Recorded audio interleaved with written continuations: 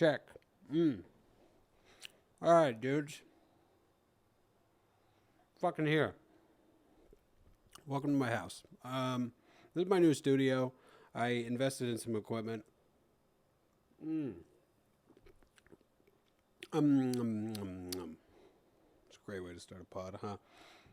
Hey, shout out to Third Wheel. Shout out to Melrose Podcast. If you ever need to go report, blah, blah, blah. If you ever go, Jesus Christ, if you ever need to go record a podcast, I highly suggest going to either one of those spots. They do an amazing job. They're great. Great people. Great people. Great studios, great rates. I decided to go a different direction because I'm in a position where I'm recording and I want to be recording a couple times a week. And it was just it made more sense for me financially to buy my own stuff. So I did. And here I am. And now I have spent money that, it pays itself back. Why am I out of breath?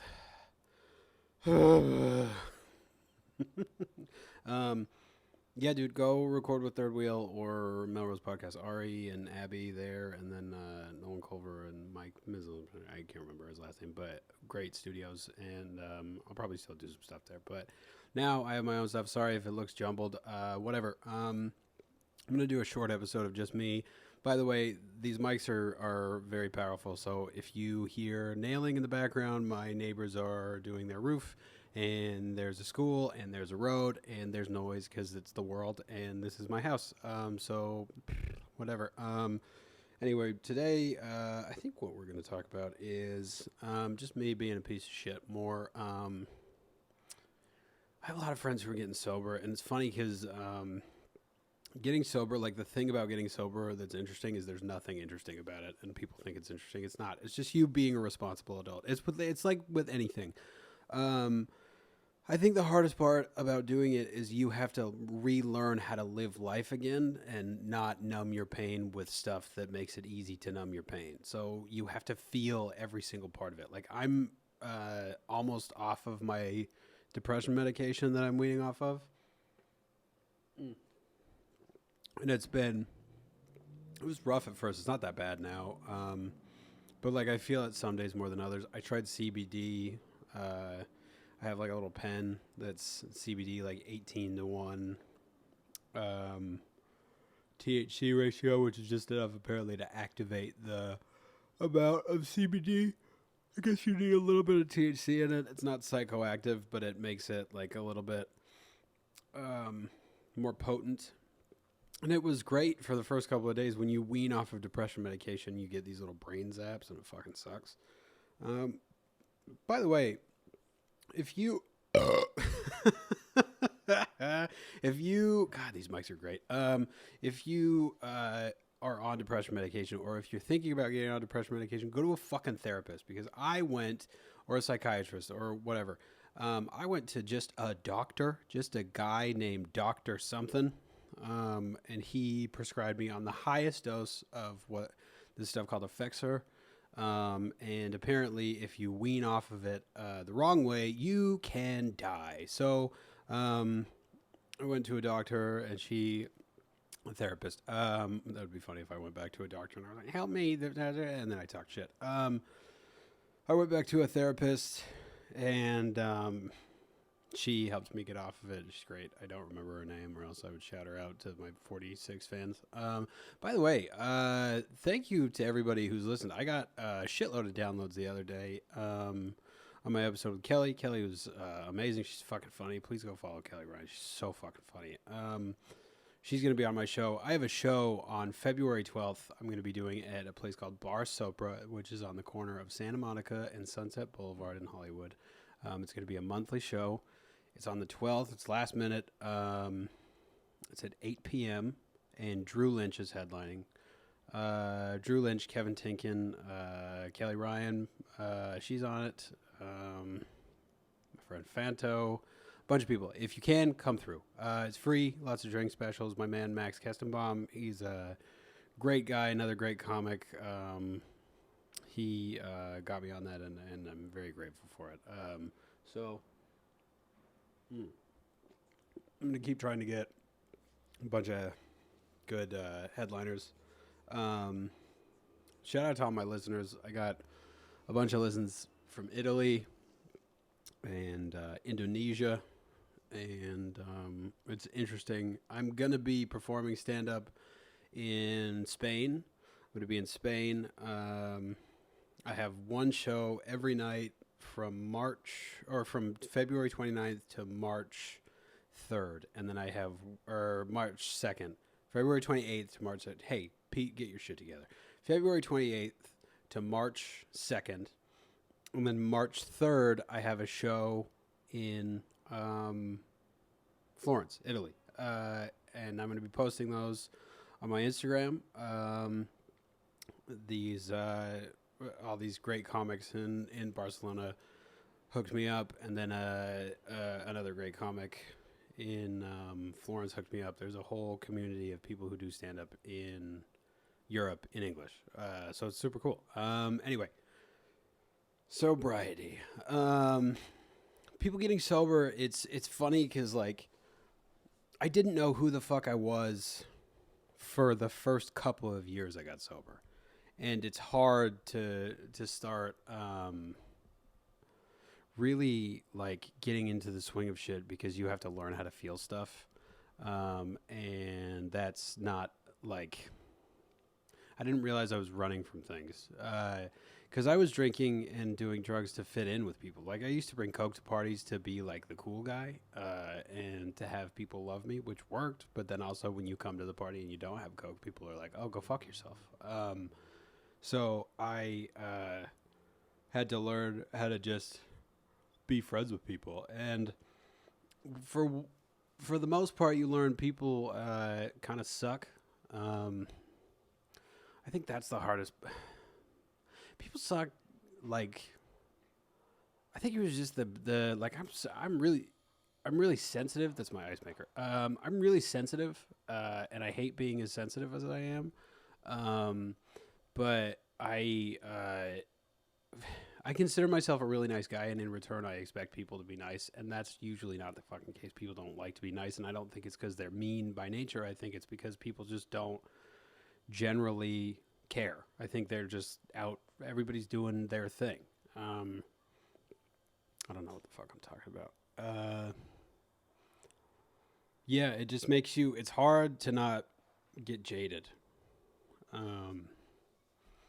But being sober is it's a weird thing. Because it's something like me getting sober was just something I needed to do. Otherwise, I was probably going to end up dead from drugs and alcohol.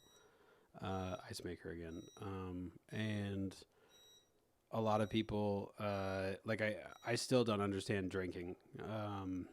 Because the only point of drinking to me was to get fucked up. And I still, like, I project that onto people. Let's fucking tell a story. I think what I have the hardest time with lately is how much time I wasted and how much I used to do in terms of, like, time wasting. Like, I only learned to really push myself and be disciplined in the last, like, 6 years. I went to hair school, I started a business, and now I'm doing stand-up. And I do stand-up, like, if I could have done college the way I do stand-up, I would be amazing, or, like, at least kind of. That sounds cocky. I do stand-up to where, like, if I'm, like, I feel like I'm so bad at it, and I just want to get better. And if I had that mentality with school, I would have been a PhD by now. And it just wasn't like that. It was like, this is hard, so I quit. But college was interesting. A lot of people, like, kind of shy. I don't know how people get shit done. Because it was like, there was so much distraction, and then I was so insecure that, like, all the fuck I wanted to do was go party. And, like, try to get people to like me. I remember I lived with a girl. We had an apartment together, and this was probably the first year I had done. Make a wish. This is probably the first year I had done drugs and drank, and I went from like smoking weed to now I was doing cocaine. And I remember I used to do lines of cocaine before I went to school, and it wasn't because like it was more because I thought it was cool. It wasn't because I was addicted to it. And like then I would bring like a water bottle full of like rum and coke to class, and like you think back on that and you're like, that is problematic behavior. But at the time I was like, this is cute, it's college. And meanwhile I was like 21 or something. Like imagine somebody doing, I'm sure people do that at work. Yeah, it's fucking crazy, dude. God. I want to know. I wonder what I should talk about and what I shouldn't talk about in terms of like how crazy I got. Sometimes I think I did more than I thought I did. Because like I try to play it down or play the stuff down that I did as innocuous, and it's like I did so much stuff. I used to do ecstasy pills all the time, and I would do ecstasy every night of the weekend, and I did it for like a year and a half straight. The thing about ecstasy is like, first of all, those pills, like you never know what the fuck is in them. You never know what the fuck is in anything, but like just a finite amount of MDMA, unless it's lab produced without the natural ingredients in it, which is from the like the I can't remember. There's a tree in Malaysia that they cut down to make MDMA. You think about how many fucking trees are there that are actually making MDMA, especially when it's like a protected thing. So there was probably so much shit that I was putting in my body. I overdosed a couple of times. The first time I ever overdosed, I remember I was... Where was I? I was trying to think back. Oh, yeah. I was in San Diego. I was with a couple of friends. I was with like a group of people. I just wanted to go to San Diego with people for spring break or fall break or something. And like none of my real friends, like my close friends could go. So I just brought people. Like I just went with people. And I knew some of them better than others, but like others, like they came, there was like a group of 10 of us and we just went. And I remember somebody brought these pills called White Lightnings, and they were triple stacked. There's a single, double, and triple stack pill. And a triple stack pill, like imagine two like Smarties, that's a single stack, like of one, and then like stack those on top of each other. Say 3 Smarties, that's a 3. So you're supposed to take 1/3. I took a whole one because like I was like, my tolerance is good. And I remember we had rolled like one night before, and then we went to downtown San Diego, and I remember being in this burger restaurant, or like being in this burger restaurant, and this pill just hitting me. And I remember, if you've ever rolled too hard, it's like you get that same heart and like head rush of when you drink too much coffee, where you kind of go like you can't catch your breath. Everything, like your world, it's the same as like if you eat an edible that's too strong or you smoke weed that's too strong, your world collapses. Like you just go, it all goes, like your universe just goes and just like. So I remember this particular moment. I got my burger and then the pill just hit, and it was just like, and then it just, boo, you know what I mean? Like, and I remember everything got this red tint, and I was like, I have to go to the bathroom. And so I went into the bathroom, and I tried to make myself throw up. And then I remember being in this bathroom, looking in the mirror, and like feeling like an 80s movie, or like one of those, you know, movies where they're like just looking in the mirror, like, and tripping too hard. I remember thinking, I'm going to die in a San Diego bathroom of a burger restaurant, and my parents are going to find me, and like I'm gonna die just like in the gas lamp district of San Diego from an ecstasy overdose, like before I could even eat a burger. Like there's just, yeah, it hit so hard. When when those drugs hit hard, man, it was so like I don't know why I did so many of them because the cons so outweighed the pros based on when I did them. Like I probably did ecstasy. Let's say I did it 120 times. Um, I bet 15 of those times were good, and then I bet two of those times were great.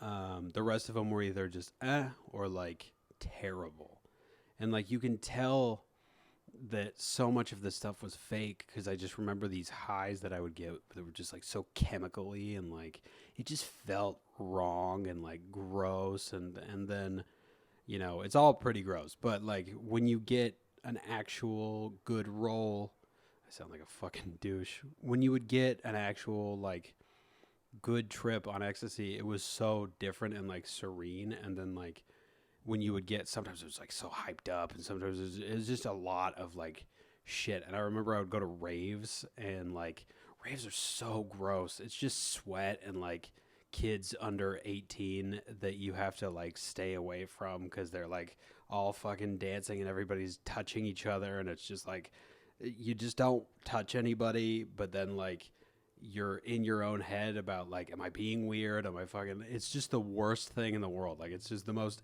it's like a panic attack. Like the whole experience is just a panic attack where you kind of feel good. Man, I remember I went to Vegas with these kids, and I had talked about this before, and we went to see Currency, the rapper, and we rolled like the whole weekend. But I remember there was a point where I probably was in so much danger, and I just was like, the drugs and alcohol were dulling me down so much. We'd gone to Currency, and like the whole, like we were like, it was like me and these two dudes, and we were like the only white dudes there. And it immediately like, uh, you know, like they felt weird, I think. I didn't. I was just like, we're just at a rap show in Vegas, like off the strip. And I remember I made friends with like a bunch of dudes because I was really into sneakers. And so like I was pointing out their sneakers. I was like, oh, those are fucking hot. Those are dope. So I made friends with a bunch of kids, and like I was like walking around. And then at the end of it, we got invited to a party. And I remember we went to this party off the strip in like North Las Vegas, which I think is like the nasty part. We went to some like apartment, and it ended up being this girl's house, and the two kids I was with, they were like, yeah, don't worry, we'll meet you there. And or the two kids that I met were like, we'll meet you there. And then the two kids I was with, one of them went back to the hotel, the other one came with me. We got there, and we were waiting, and he's like, this is a setup. I think this is a setup. We're going to get robbed. And I was like, nah, don't worry about it. And like in retrospect, it's like, it wasn't, but it, like it wasn't a smart thing that I was just like, we'll just have faith in somebody. We're in North Las Vegas. It was like, there were like bums walking around and like people like doing drugs and shit. And so the dudes finally get there. We get into the party, and it's not a friendly scene. Like I feel like I stuck out, especially like a sore thumb, because I was in like a button down shirt, and like it was just like a bunch of like hood dudes, like fucking like, and I'm not saying like black dudes, I'm saying like just hood dudes, like fucking like a bunch of like for sure gangbangers, just like hanging out in this party. And like we walked in, and they're all like just looking us up and down. Like from the minute we got in there, the dude that I was with was from North Carolina, and he was like, we gotta go, like this is not, we don't fucking like, this is a bad idea. Like people don't like outsiders. And I'm like, no, fuck it, whatever. I brought a bottle. So we're in this party.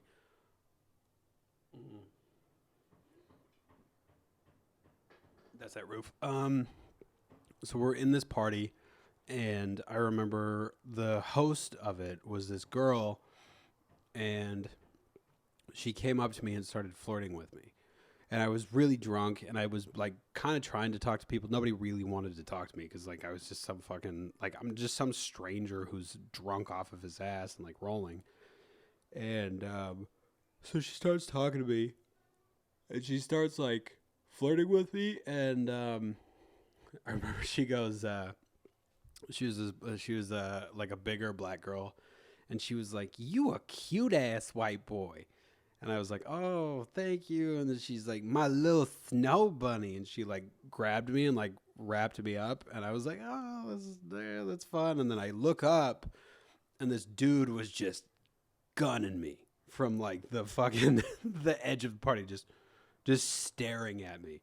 And in that moment, I didn't realize I'm gonna burp again. In that moment, I'm 5. I didn't realize like how much danger I was in, but I guess what she was doing was fucking flirting with me to piss off her boyfriend. And like in retrospect, maybe that wasn't a great idea because she could have gotten me beaten the fuck up. But I didn't think anything of it because again, I was just a big goofy fucking drunk asshole. And then my buddy comes up to me and he's like, "We gotta go." And I was like, "What? Why? I'm having a good time." I wasn't. I was sitting at a bar at the like the bar of their apartment or their hotel or whatever, and like drinking by myself. And he's like, "They're talking about you." And I was like, "What do you mean?" And he's like, "They were like, that's that dude's girl, and you were hitting on her, and now they want to rob you." And I was like, "Oh, I think you're just making shit up." And then the second I say that, I look up and I see from across the party that same dude with a group of dudes, like 5 or 6 dudes, and he goes, "That fucking white boy right there." And then I was like, "Yeah, we should probably go." And in that moment, I realized I was not a tough guy. Oh man, there's so many moments where I realized I wasn't a tough guy. I don't know if you ever been punched in the face before. Getting punched in the face is some real shit. That's some real shit. I think in this like at this moment in my at this juncture in my life, if I were to get into a fight, I would be able to hold my own. But I am by no means a fighter, and I never wanted to be. Even in like I took Muay Thai for a long time, and like I think I'm good at Muay Thai, but like not fighting Muay Thai. I'm good at the technique. Like I'm good at kicking a bag. I'm good at like hitting pads. Like I hate conflict so much. And like for such a long time, because I hung out around tough dudes, like I grew up like idolizing these tough dudes because I was so insecure and like so sensitive that I wanted to be a tough guy. Like I grew up around these tough dudes, and then I thought by association I was tough. And then the first time I got punched in the face, I was 15 years old, and I was like, "Oh, like that's so terrible. That's the worst." And I was just like, "I'm still tough." And like in high school, I would pretend like I was tough. I would go to parties and like mean mug people. I thought I was like a badass for such a long time. And so like that's why when people think that I'm like, you know, tough or like a bad, it like kind of hurts my feelings because I'm like, I don't ever want to get off or give off that effect because I hate people who are like that. And I think it's because I was that. And I just know it's because of how insecure I was. I still am such a like I'm such a sensitive dude, and it's such I hate it so much because I take so much like my depression brain like communicates with my rational brain all the time to say like that meant something else. Like I can't like if I'm having a bad day, like right now I feel kind of shitty about comedy, and like I'm taking like I'll take shit you know to heart quicker than I normally would. And it's not it doesn't have it like somebody could say something that on another day would make me be like, "Ah, you motherfucker." And then they'll be like, "You that joke was funny." And I'd be like, what do you mean by that? Why'd you say it like that? You know what I mean? It's so fucking annoying. It's the most annoying trait about myself because it's so like it's so rude to be that sensitive, like to fucking just expect people to fucking cater to your needs, and it's terrible for relationships. It's terrible for like it just sucks. But that's why I thought I was tough because I didn't want to deal with. I was like, maybe I can just punch people. I've been in a couple of fights. It's so funny. I don't think I've ever won a fight. I got in that fight I talked about in San Diego, and I got jumped. Um, and I remember, I think the only reason I didn't get full on jumped was because that ex girlfriend I was with fucking hit one of the dudes with her purse and like scared him off. Speaking of, maybe that's what I'll talk about. This is a crazy story. I was with this girl, and if you're being abused by a person, you know you're being abused by a person. If you're a guy, it's hard to admit it. Um, I had I had a roast with Harper Rose Drummond, who's an amazing comic, and like all of our jokes back and forth were like domestic violence stuff, like domestic abuse stuff, because we had both been like hit by people. And now it's so funny, but like at the time I didn't even realize what it was. And so like when she said it, I'm like, I know I'm over something when I can laugh at it. I think just like everybody else is, but especially like as a comic, I know I'm over it if I can take power back in that thing and laugh in its face. And so like that's why her jokes were so fucking funny, was because they were so good about me being like getting hit by girls and stuff. If you're getting abused, especially if you're a guy, there's no weakness in telling people that you're getting abused. It's such an emasculating feeling at the time, and like it haunted me. I got abused by this girl, and I was haunted for years. Like I had such terrible and like tumultuous relationships with women after, to the point where like in terms of like not abuse, but I was just so like I was so like I couldn't get a hard on, like I couldn't fucking like, just because it took so much out of me and I felt so unmanly. It took a long time for me to like take it back. And to realize it wasn't my fault. But some people are just fucking pieces of shit, and that person was a piece of shit. I still wish her the best. I mean, maybe she learned. And I was not a great boyfriend. I didn't abuse anybody by any means. We definitely like would get into fights, but like, you know, it was just crazy. But I remember we would get these blowout arguments, and I remember we were out at a concert, and she was very jealous. And like in retrospect, I think she was cheating on me. And that's why she was jealous. She would like delete her whole message history and be like, "That's just what I do." And it's like, that's you're fucking cheating. Like that's in retrospect, that's like you're fucking other dudes. Like that's just what that means. So she fucking. I remember we went to go see a concert, and it was like close to Halloween. We're in Utah. I had been walking around and drinking. And then I saw her, and I went to whisper in her ear, and she turned and she bit a hole through my cheek. Like literally, like I could see the inside of my mouth. I didn't have to get stitches because it was the size of her teeth. But I remember I was like pulling it. I took pictures and stuff. And I was like, "What the fuck?" And she goes, "I saw you talking to another girl." And I was like, "What? No, you didn't." And so like I got a hole bit through my fucking cheek. You know how much fucking force you have to bite a hole through somebody's cheek? Feel your cheek when you're listening to this. Feel your cheek when you're listening to or watching this. It's leathery shit, dude. Like that's thick skin. It's fucking wild. People are fucking crazy, dude. God, I'm so fucking. It's so weird to think about that shit. Like, I have like friends who you can tell are in abusive relationships, and it's so much harder just to from the outside be like, get out, like you're tied, like it's just you fucking there's a power that's stolen from you, and like I don't want to act like I'm fucking like I'm some. How many times have I said fuck? God, that's like me saying like.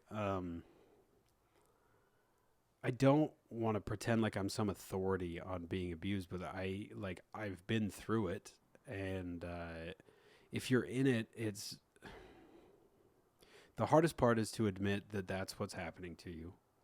And once you're out of it, is getting back that identity that you lost while you were so powerless. And it took me such a fucking long time to do that. But like the stories that happened while it was happening were so insane. Like just the stuff, like we'd get in each other's faces, and then like she threw a phone at my head one time and just blood started like gushing out of my face. Like it was just weird shit. And then it never happened again. Like once I got out of that relationship, it never happened again. I've never been with another abusive woman. I've been with women who were like, we ended up not being friends at the end, but they're great women. The girl I was with after that, who helped me through my addiction, helped me through rehab, like we had disagreements and like we were totally different people, but she's a great woman. My ex-wife, she's a great woman. But it just was like, I had dated a couple of girls, like casually dated, and then that girl were just insane people. One time I went to pick her up in my car, and she goes, has another girl ever sat in this car? And I'm like, what do you want to do? You want me to buy another car? Like, just so you can say, like, do you want me to lie? And be like, no, a woman has never sat in this car that I've owned since I was 16 years old. Like, get the fuck out of here. So weird. People are so weird. If you are in a relationship and you feel the need to ask a person if they're cheating on you, or if they're doing something with somebody, or if they're being, get out of the relationship. What's the point? Like, if you're unhappy with who you are, then you're going to be unhappy in every single situation that you're put in. You're going to be unhappy and uncomfortable. And it's just, if that's why it sucks being sensitive, because it's just like, you have to learn that not everybody is out to fucking get you. Like nobody fucking thinks about you. I bombed at a mic yesterday. And, that's like, some people say that's not like, I opened with something where I didn't read the room, and it made the group of comics kind of turn against me. So they didn't, like, they laughed, but just not as hard as I would have liked them to. And I thought about it for so long, and I was like, they must hate me. And then it's like, they don't fucking know you. Like, everybody's doing what they do. Like, how often do you think about one person just for something so, like, it's not, I hate being that sensitive, because it makes me, like, I hate people who think they're special. And that's another way of saying, I think I'm special. Like, I think you think about me. And it's just like, like, nobody's fucking out to fucking saying fuck so much. Yeah, it's hard. I've lost friendships because of it. It sucks. And I think it all comes back to me wishing I had been less of a lazy piece of shit when I was growing up, because then I would have learned how to empower myself quicker. And the longer I spent doing drugs and doing all that stuff, the longer I spent crutching myself. And even when I was fat, like, I was just eating my problems away, and I was isolating myself. That's a big one too, is I isolate myself. Yeah, dude, I hate that I'm sensitive, and I hate, I think I have friends who listen to this. If I'm ever like, if I am ever like, hey, don't, you know what I mean? Just tell me to shut the fuck up. Like, it just is like, I need to just get over it. I hate it. That's how much I hate it. Anyway, I'm going to keep this one short. I think 35 minutes is good. This is a good studio tester. I have a guest coming in next podcast, and he's a great dude. And then I think I have Gabby Lamb coming in soon. And I'm going to try and get a bunch of other people. And I hope that this studio is good. I hope this mic sounds good, because it wasn't cheap. And Yeah, I really appreciate everybody listening. I'm gonna be pushing these out maybe 2 a week or 1 a week. And if you like it, please go give me a thumbs up on iTunes or wherever you listen to podcasts. Subscribe to my YouTube channel. I'm going to be uploading these videos on, and I'm going to try. I have one camera. I'm going to try to make it look like it's two people. I might just have one wide angle shot for a second. But yeah, dude, I appreciate all you guys, and I'm glad this podcast resonates with some people. And keep fucking blacking out. Go donate to my Patreon if you want to support my drug habit. And all right, I love you.